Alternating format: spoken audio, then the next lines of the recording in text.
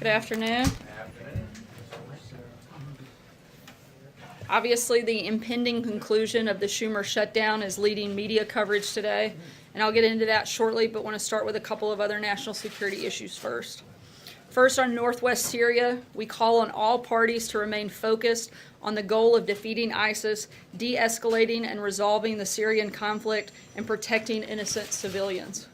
We hear and take seriously Turkey's legitimate security concerns and are committed to working with Turkey as a NATO ally. Increased violence in Afrin disrupts what a relatively stable area of Syria. It distracts from international efforts to ensure the lasting defeat of ISIS. It could be exploited by ISIS and al-Qaeda for resupply and safe haven, and it risks exacerbating the humanitarian crisis. We urge Turkey to exercise restraint in its military actions and rhetoric, ensure that its operations are limited in scope and duration, ensure humanitarian aid continues, and avoid civilian casualties. We want to ensure that Assad's brutal regime cannot return to Afrin, and we will continue working diplomatically to end the Syrian civil war. In Afghanistan, where terrorists attacked a hotel in Kabul, such attacks on civilians only strengthen our resolve to support our Afghan partners. We commend the swift and effective response of the Afghan security forces. Afghan forces, with our support, will continue to relentlessly pursue the enemies of Afghanistan who also seek to export terror around the world. We call on Pakistan to immediately arrest or expel the Taliban's leaders and prevent the group from using Pakistani territory to support its operations. Lastly, in regards to the government shutdown, we were pleased to see Senator Schumer accept the deal that President Trump put on the table from the very beginning, which was to responsibly fund the government and debate immigration as a separate issue. I have a statement here from the President of the United States that I will read. Quote, "I am pleased that Democrats in Congress have come to their senses and are now willing to fund our great military, border patrol, first responders, and insurance for vulnerable children. As I've always said, once the government is funded, my administration will work towards solving the problem of very unfair illegal immigration. We will make a long-term deal on immigration if and only if it's good for our country." End quote. And with that, I'll take your questions. Jonathan.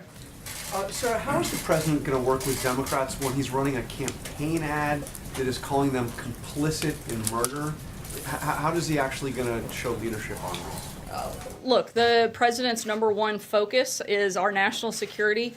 He's been very strong on discussing the need for border security and tying that directly to national security. That's a big focus of both the president's campaign at the time and also since he's become president. In terms of specifics of any ad running, those aren't being done by the White House, and I can't get into any details. But his position in terms of the need for border security and how that impacts national security is something we've talked about and been very clear on. So is he bringing the Democrats down here, bringing Republicans here, hashing this out? How's this going to be any different? We didn't see him over the weekend. He was only talking to Republicans. Obviously, if there's going to be a deal by February 8th, it's going to need to be a deal with Democrats. Look, we've been very clear about what we want to see in any legislation, and I don't think that there's a whole lot of daylight between where we are and where the Democrats are. We certainly want to negotiate and get to a place, and we're hopeful that we can do that over the next couple of weeks. John? Senator Schumer on the floor claimed that the deal that he had on the table for Mitch McConnell today was much different than the one that he had last week. How did the ball move forward, if it did at all, between Friday night and this morning? Look, I think that Democrats realized that the position that they had taken, frankly, was indefensible, and that they had to focus on first funding our military, protecting Border Patrol agents, funding vulnerable children through the CHIP program. These were things that they didn't disagree with. They agreed with everything that was in this CR. The president stayed firm, Republicans stayed firm, and Democrats, I think, realized that they had to move past that piece of legislation and so that they could focus on the conversation they're desperate to have. So is it your contention that the deal that Chuck Schumer accepted and lauded today is really no different than the deal that he had on the table Friday? I don't see it to be drastically different, no. Major. Just so we understand, is there no interaction, and was there no interaction between the president and the campaign committee in the creation of that ad? Did he approve it? That's something I wouldn't be part of that process, Major. I couldn't speak to that. But it's an important Said question. I'm Donald Trump and I approve this message. Again, the president has some liberties that I don't. That would be something I would have to check on, but I would refer you to the campaign because they're the only ones that can speak specifically to Podium that describe issue. that as an accurate representation of his belief about what Democrats are and what their position was during the shutdown. That they were complicit and would be complicit in any future murders because of the shutdown. I think that if people are unwilling to secure our borders, that they're unwilling to end chain migration, unwilling to end the visa lottery system, unwilling to fix all of the problems that we have in our immigration system, and aren't willing to negotiate and actually do things that fix that system that we know to be problematic, then yes, that would be a problem and certainly allow for future incidents to take place. John? So just Sarah, real quick, is Sorry, let me is bounce a around. two-year requirement required from the president for defense spending going forward? Is that one of his top goals for the budget negotiations going forward? Not just this fiscal year, but 2 years on defense?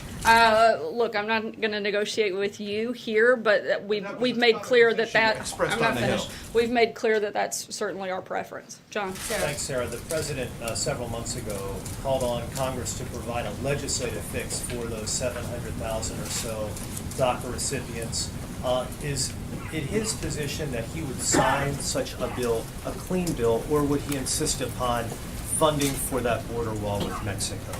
Certainly, we want to make sure the president and the administration have laid out what we'd like to see. Those priorities haven't changed. A solution on DACA, into chain migration, into the visa lottery system, and funding for border security that would certainly include the wall. On another issue, tomorrow, I believe, is the beginning of the final round of negotiations concerning NAFTA, the North American Free Trade Agreement. How are those negotiations going right now? What we're hearing right now is that they're not going well. They haven't been going well over the first 5 rounds. Is the president prepared to pull the U.S. out of NAFTA? Look, we don't have any specific announcements, but we actually feel like things are moving forward. We're going to continue in those negotiations, but as the president has said many times before, he's going to make sure that he gets the best deal for America and American workers. That's still the focus, and that'll still be a topic of discussion as we move in these negotiations. Dave? After this shutdown episode, does the president feel like he can deal with Democrats anymore? I mean, for example, Senator Coons said over the weekend, he implied that the president didn't know the difference between authorization and appropriation, and there's been other leaks about conversations behind closed doors.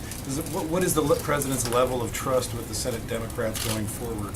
I wouldn't say it's the highest level of trust, but I think we're certainly hopeful that we can reach an agreement on responsible immigration reform. We've laid out what we want, and we hope that Democrats, we know they agree on most of those components, and we hope that they'll come to the table ready to actually make a deal and less focused on playing political games. On immigration, you have the budget, you've got infrastructure, other big things you want to get done. Is that going to be possible after this fight?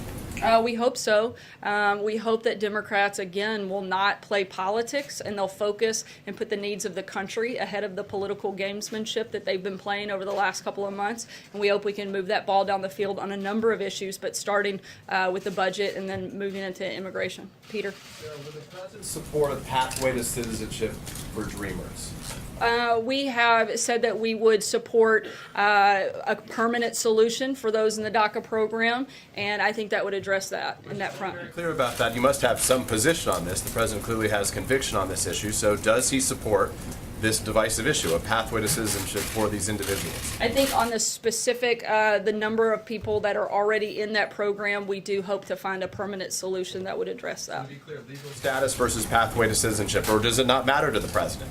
I think that's part of the negotiation process, but right now, again, we want a permanent solution for that program. But we also want to keep a big priority for the administration is making sure we don't find ourselves having this same battle in 2, 3, 4, and 5 years down the road. So we have to have a responsible immigration reform that addresses a number of issues, not just the DACA program. David? I just want to follow up on that question. You just said there that you would be open to permanent legal solution for the 690,000 people in the DACA program. What about beyond that? There's a lot. Axios had a story last week that said an internal White House administration memo estimated that what the Democrats want would potentially legalize 3 million Dreamers. Where did you get that number? And what is the limit that the president has on how big this population of dreamers really is? I think the DREAM Act would be predicted to legalize 1.7 million. Where do you draw the line? Look, again, I'm not going to negotiate with you any more than I was going to with Major. This is something that we're going to work on with Congress and look for the best solution for our country, as long as, too, again, don't forget, a big priority for this administration is making sure we address this program in its entirety, not just that one piece of it. You said this program, I mean, again, there's certain people who've had the DACA protection. Other dreamers decided not to apply for various reasons. Is the White House open to addressing a deal in this go-round for a population that's larger than just those who had DACA? We're open to having a debate on a level playing field on this issue and negotiating that with Congress and making sure that we get the deal that meets the criteria that we've clearly laid out. Blake? One clarification before my question. The president is still planning on going to Davos?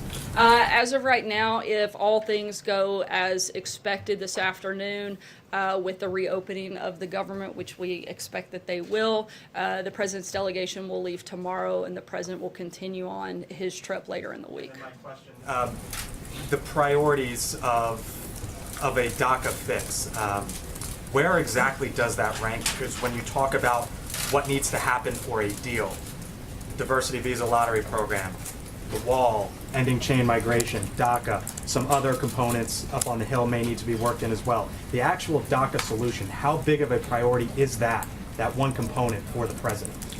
We look at all of those as equal parts in this process. That's why we laid out what we called our 4 priorities and listed that as one of them. So a DACA fix is on the same level playing field as the wall? Look, we know that that's going to be part of this negotiation. That's something the president has committed to do, but we don't want to do that without the other 3 components. It's like having a stool with 2 legs. It doesn't work very well. We want to make sure that we're addressing this more fully and in a responsible way, so that we're not just kicking the can down the road, but we're actually dealing with the issue more long term. Steve? Sir, we haven't seen the president for a couple of days. What has he been doing behind the scenes as this drama has unfolded? Look, we've put out a number of readouts. He's had several different calls, both with members on the Hill.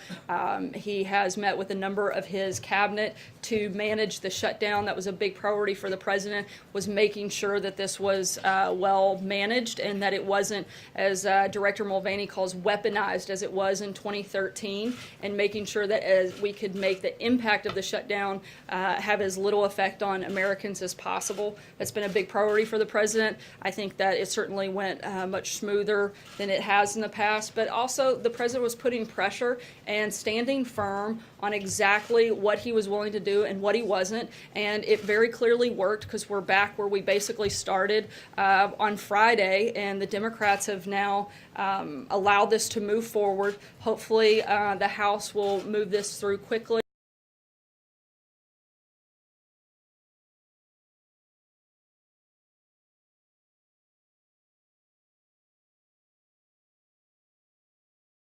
And it'll be at the White House for the president to sign, and then we can start immediately on discussions on immigration reform. See him, sir. When will we see him? We'll keep you Will there posted. be a We'll signing certainly make sure you guys are aware when that time comes. Will we see him sign the thing? Or? Certainly possible, and we'll let you know as the timing of that still isn't finalized. We've got to wait on the House piece. There's also OMB and legal reviews that have to take place before it actually finally hits the president's desk, and so a little bit of that's just a timing and formality issue. David?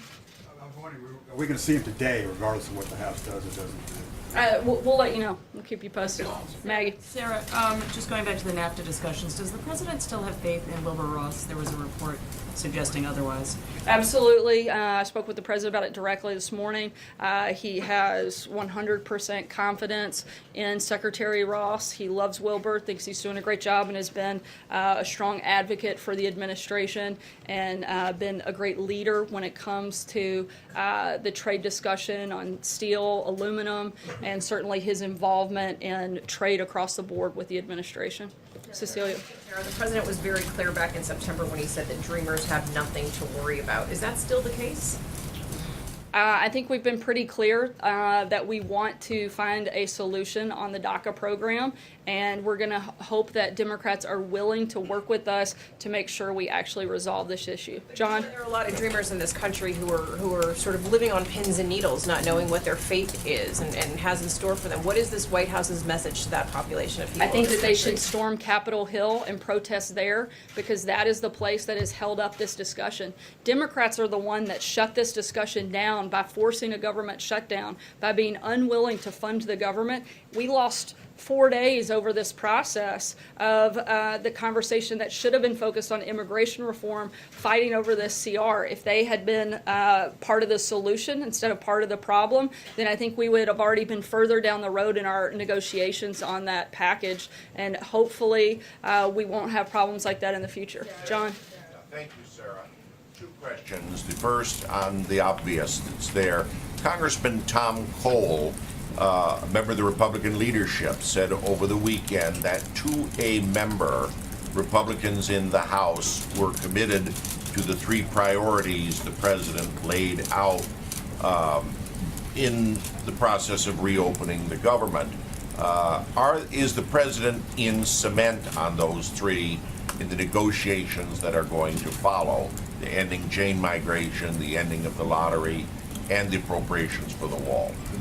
Yeah, we've been clear those are our priorities when it comes to immigration. Non-negotiable. Look, these are the priorities we want to see in the package, and we're going to negotiate that with Congress, but we've been pretty upfront. I think I've said it about 30 times already today. Those are the priorities and the principles that we've outlined that we want to see in any legislative package that the president signs. Mara? My other second question, Sarah, is on a completely different subject. Monsanto and Bayer, who are two giants in the seed industry, are preparing to merge. Their CEOs have met with the president, and many fear that this is going to lead to a monopoly for them and in the seed industry and raising the prices, which will hurt the farm community. Is the president in favor of the merger of Monsanto and Bayer? I haven't spoken with him about that, John. I'll have to get back to you. Mara? Thank you. I understand that you guys have laid out your criteria for what you want in a deal, but is the president saying that on March 5th, if he doesn't get what he wants from the Democrats in those other areas, that he will begin to deport the Dreamers? We haven't determined that. We're hopeful that we don't have to do that and that we don't have to get there. We would like Democrats to get serious about actually solving problems. They say they want to have this conversation. They say they want to negotiate, so much so that they were willing to shut down the government. If they're that willing to go that far, surely they'll be willing to come to the table and talk about real solutions and get something done. Remove the deportation protection from the Dreamers. The president is the one that enforced the law. Yes, he is. That is his job as commander-in-chief.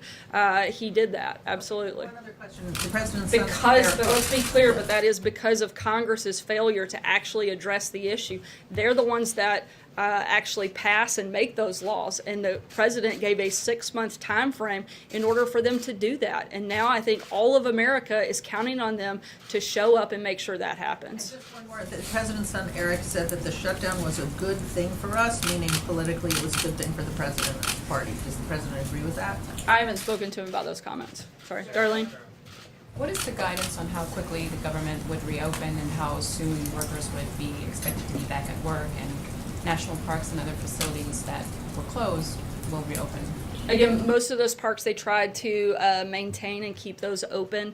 Unlike in past shutdowns, they really tried to minimize the impact on the American people.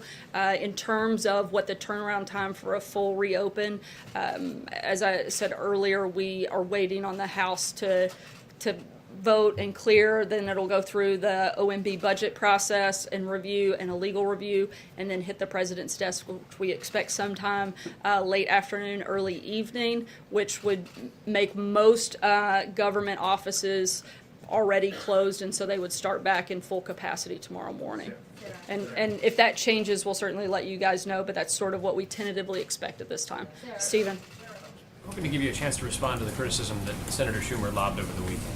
In addition to saying that the president negotiating with him is like negotiating with Jell-O, today the senator said that the great deal maker sat on the sidelines. Was it a concerted effort on the president's part not to reach out to him this weekend? Was that part of his strategy?